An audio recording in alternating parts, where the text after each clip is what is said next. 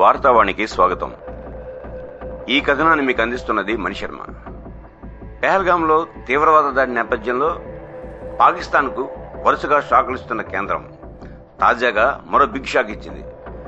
పెహల్గాం దాడి తర్వాత సింధు నదీ జలాల ఒప్పందం అమలు నిలిపివేస్తున్నట్లు ప్రకటించిన కేంద్రం ఈ ఒప్పందం కారణంగా సుదీర్ఘకాలంగా కాశ్మీర్లో పెండింగ్ ఉన్న 2 జల విద్యుత్ ప్రాజెక్టులని తిరిగి ప్రారంభిస్తోంది. అదే జరిగితే సింధు నది ఉపనదులపై ఉన్న ప్రాజెక్టుల నుంచి పాకిస్తాన్కు నీటి విషయంలో ఇబ్బందులు తప్పకపోవచ్చు.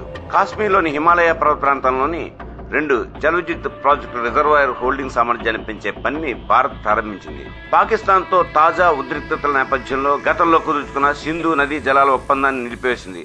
దీంతో 2 ప్రాజెక్టుల సామర్థ్యం పెంచుకునే అవకాశం ఏర్పడింది. అదే జరిగితే పాకిస్తాన్కు నీటి లభ్యత క్రమంగా తగ్గిపోతుందని భావిస్తున్నారు. వాస్తవానికి 1960 నుండి 3 యుద్ధాలు జరిగినా ఎన్నోసార్లు ఉద్రిక్తతలు తలెత్తినా సింధు జలాల ఒప్పందం పరిధిలోకి వచ్చే ఒప్పందాలను ఉల్లంఘించి కేంద్రం ఎలాంటి నిర్ణయాలు తీసుకోలేదు.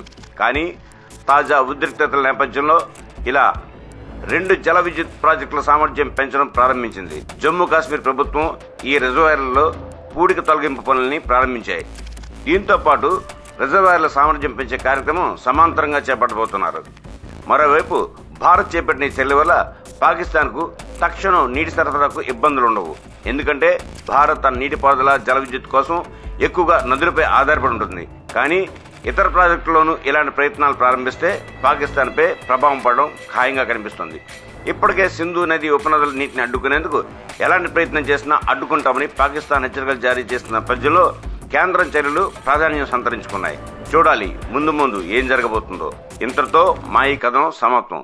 మా ఈ వీడియో మీకు నచ్చినట్టయితే మరిన్ని అప్డేట్స్ కోసం లైక్ చేయండి, షేర్ చేయండి, సబ్స్క్రైబ్ చేయండి.